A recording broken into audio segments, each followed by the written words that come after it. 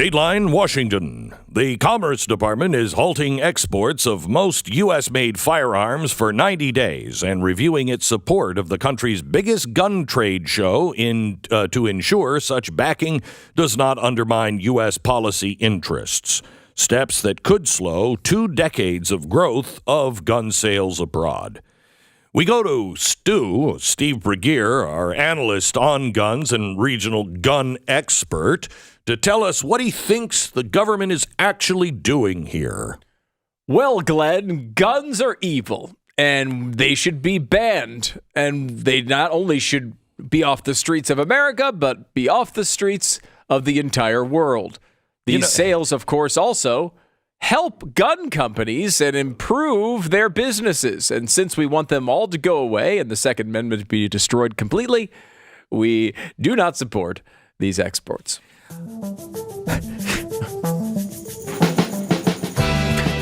Today on The Daily, the government banning gun sales.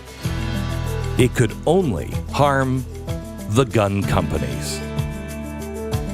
Today, we talk to gun enthusiast Steve Bregeer about what the lack of guns means in his life.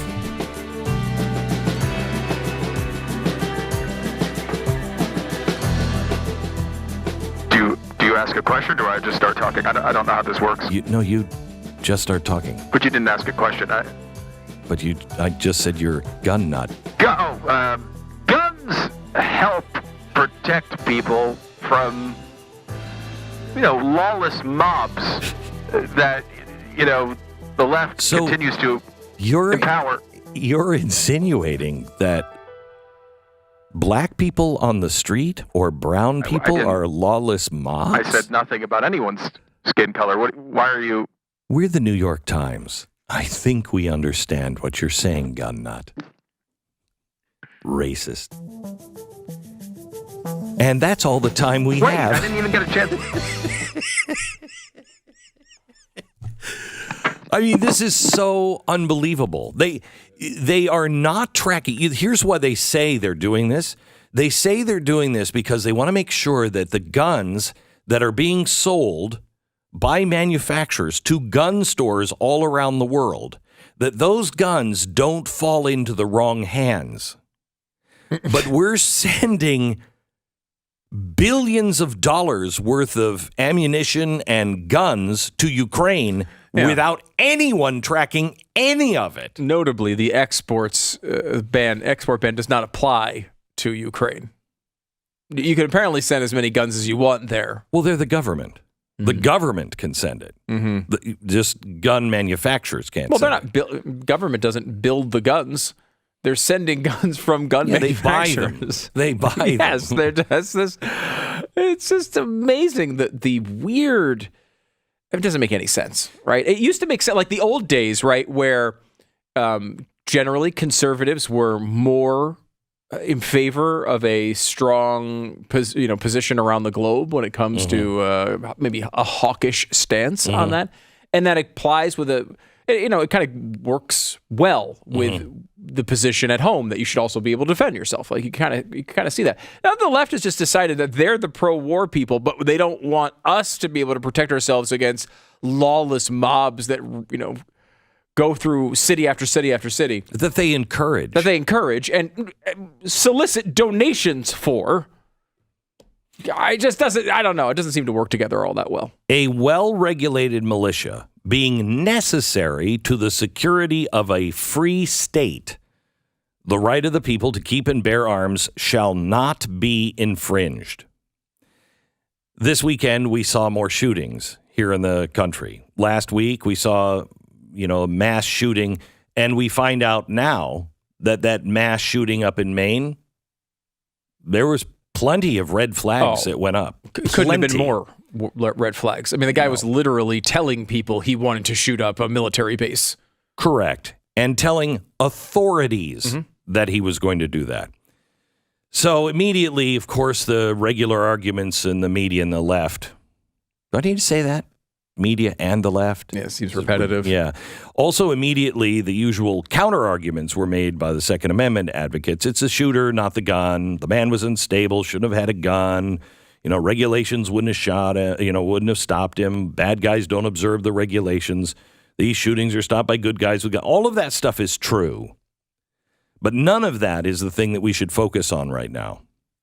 Rather, we should realize that we are living in a very special and unique time where all of the original reasons for the Second Amendment are as urgently relevant as they have ever been. We should probably understand those reasons. The Second Amendment is not about sportsmen. Otherwise, they might have put bowling in the Constitution. The Third Amendment. Hey, can't touch bowling either. It was not put there for sports reasons. It exists, the most fundamental right under natural law. Natural law means it happens in nature. You walk into a cave with a bear in it, and you're just like, I want a pet little kitty. Mommy will kill you because it's a natural instinct and natural right. You come into my home and try to do anything with me or my children, I can kill you if I feel we're in danger. The right to self-defense. That would come under the inalienable right to life, by the way. So this was written by people who had just defeated the former king. This also means self-defense against an out-of-control government. In an age of weaponized government agencies, this is hardly a false concern.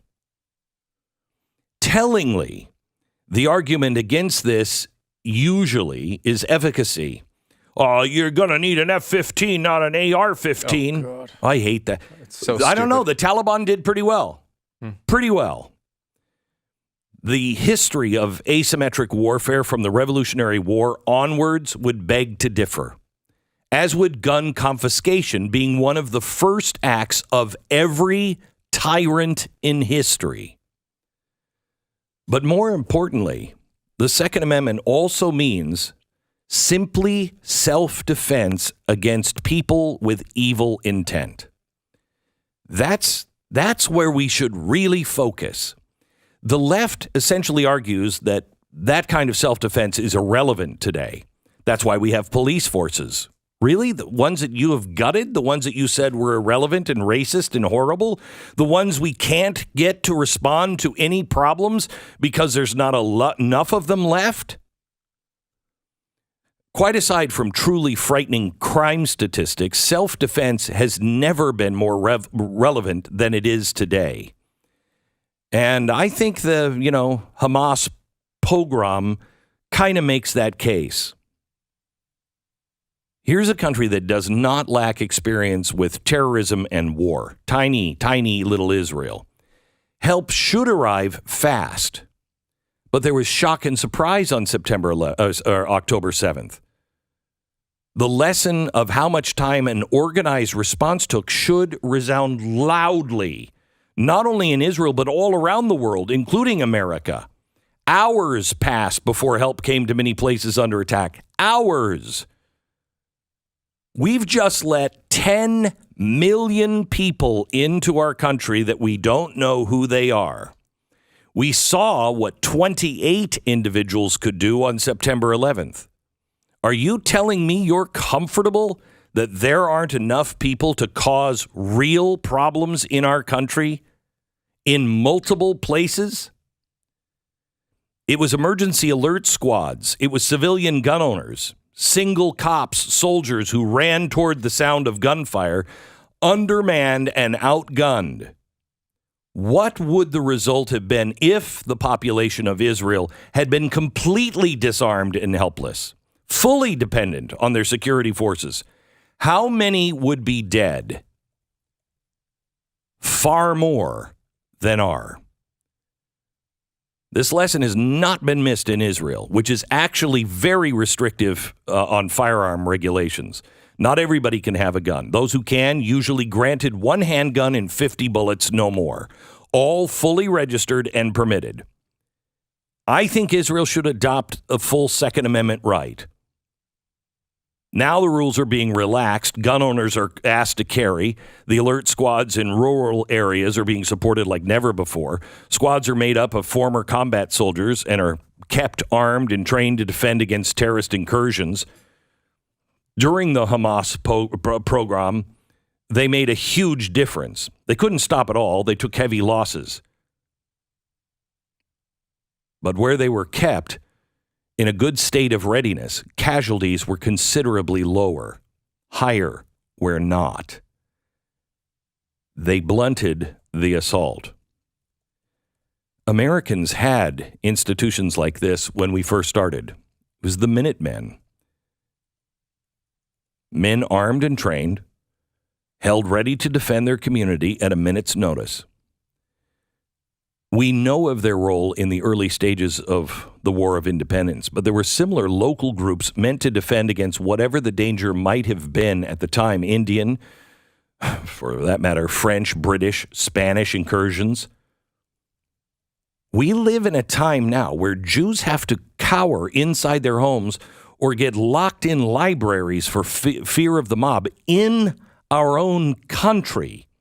We live in a time when hundreds of thousands of people feel free to openly shout their support for evil and genocide and their hatred for the culture that welcomed them into their midst. A time when open borders have meant 10 million people and thousands on the terror list that are present right now in our cities, making sleeper cells a virtual certainty. And that's without mentioning the cartels and the gangs and the old-fashioned rogue state actors. Do we really think that things can't happen in rural America with its vast open spaces? How long for real help to arrive then, or in a major city, or a university campus? We can't all turn into Navy SEALs, but most of us can help. And none of us should be helpless. This is not an emotional, knee-jerk rah-rah. This is a lesson that reason and morality dictate we must learn from these events. I carry a gun. I train with it. Not because it's fun, but it is. But I'm also all too aware that my life and the life of my family one day, one night, may depend on my ability to use that gun. I sincerely pray I never have to use that ability. But I also pray that I always have the ability to use my gun. Never again doesn't mean depending on someone else to prevent the next massacre. Never again means you and your ability to defend and stand for those you love. I don't know what the Biden administration is doing this time, but their every step has been to erode your rights one way or another.